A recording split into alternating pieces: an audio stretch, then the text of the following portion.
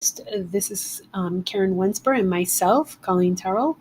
We are going to spend some time with you to help you to get prepared to attend the MassCUE conference coming up on October 18th and October 19th. So we thought we'd try to put together some ideas and some information to help you to have the best conference experience ever. We're here at Gillette about a month before the conference, and we want to tell you how you can get ready and what to expect when you get here.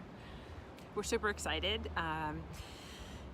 for another year at Gillette Stadium. MassCUE, I don't know, how many years have you been attending? Quite a few, I'm not sure. Yeah, I think I've lost count, but definitely in double digits at this point.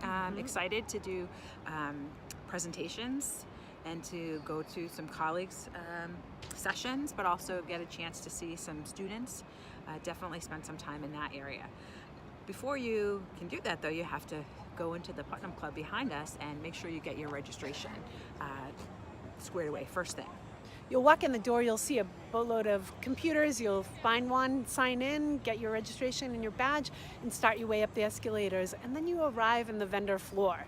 And that's kind of exciting. You're going to walk through, talk to the vendors, they are supporting the conference, and get their free things, because who doesn't love free things? Right, and you want to make sure to get here early because you have that one-on-one time with the vendors. You know, registration tends to get crazy.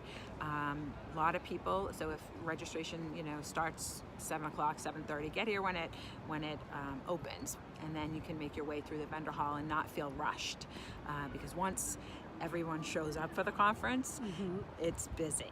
It's super busy. There's a lot of people, and I think at times it can be a little overwhelming, but just step back and really enjoy it and introduce yourself to someone new, go talk to different people, find maybe some faces that you do know, and take your time and enjoy it and take it all in.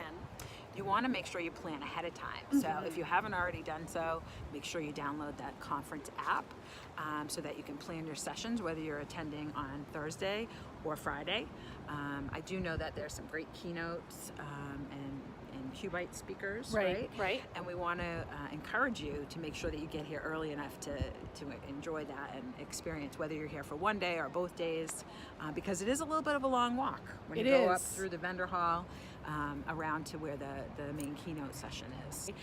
As far as sessions, I do highly recommend that you have a couple to go to for each hour.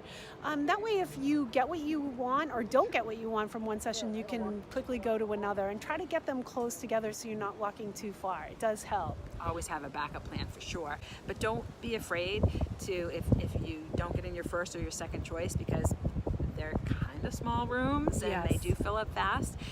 It's a perfect opportunity to go down and see the vendors again, or go to the more unstructured areas. I know there's some different playgrounds this year that we haven't had in the past, so definitely plan to spend some time there.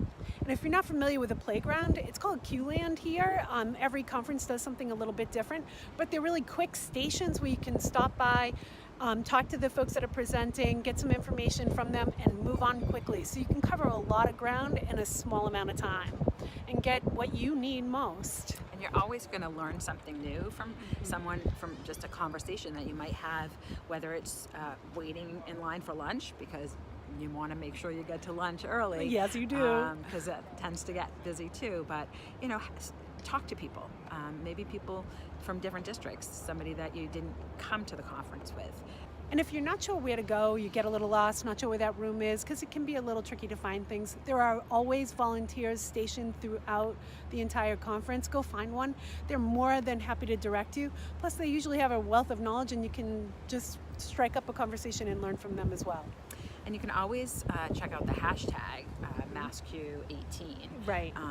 Whether you're on Twitter or Instagram.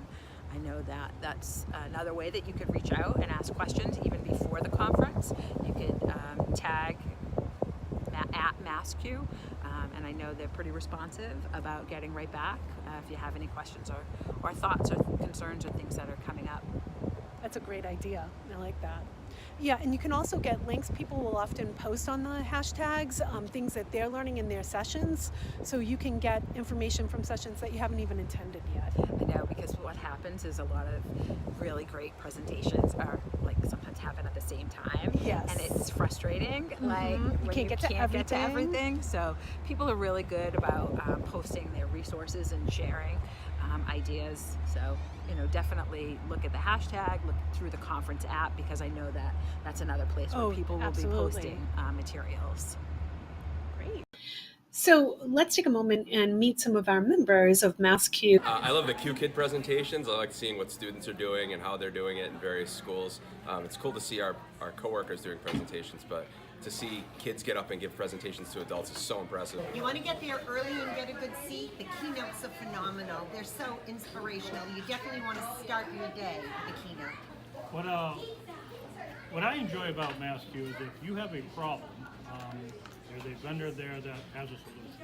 You just have to be able to articulately explain the problem and find the vendor. Check out QLand.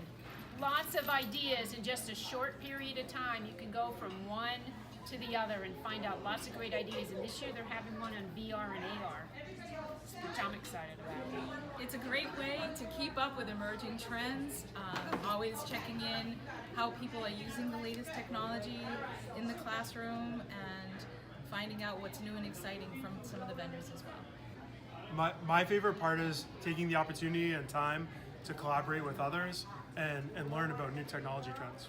So the best thing about MassCUE is that you get to meet your colleagues from Massachusetts primarily, even though some of the people come quite a long way, and that's cool too. The best part is making connections with people you can keep up those relationships with all year. I find MassCUE's been one of the best venues every year to go and network with like-minded people around the industry. Also good time to catch up with vendors if you're in a decision-making position. Yeah, I found it to be really good for all the new stuff that's out there, teachers using it in their classroom, and being able to take that back to our district and our home teachers. Any other final words about a new person coming to the conference?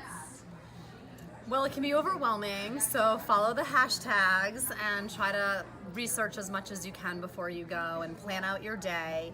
There are so many presentations and workshops, so to have a good plan and then maybe even a good backup plan as things come up is great. And then everyone is so nice and helpful, so just ask anybody that you see there, like what they're going to, what they suggest, and get the conversations going. It's really great. Because the workshops, many of them are teacher-led. There are vendor-led workshops, but for the majority of them are teacher-led and they're relevant to what's going on in schools. We also have pictures on the fields for the school districts, small school districts that have 15 or more. And for larger districts, if you have 20 or more, you have your picture on the field. So that's exciting too.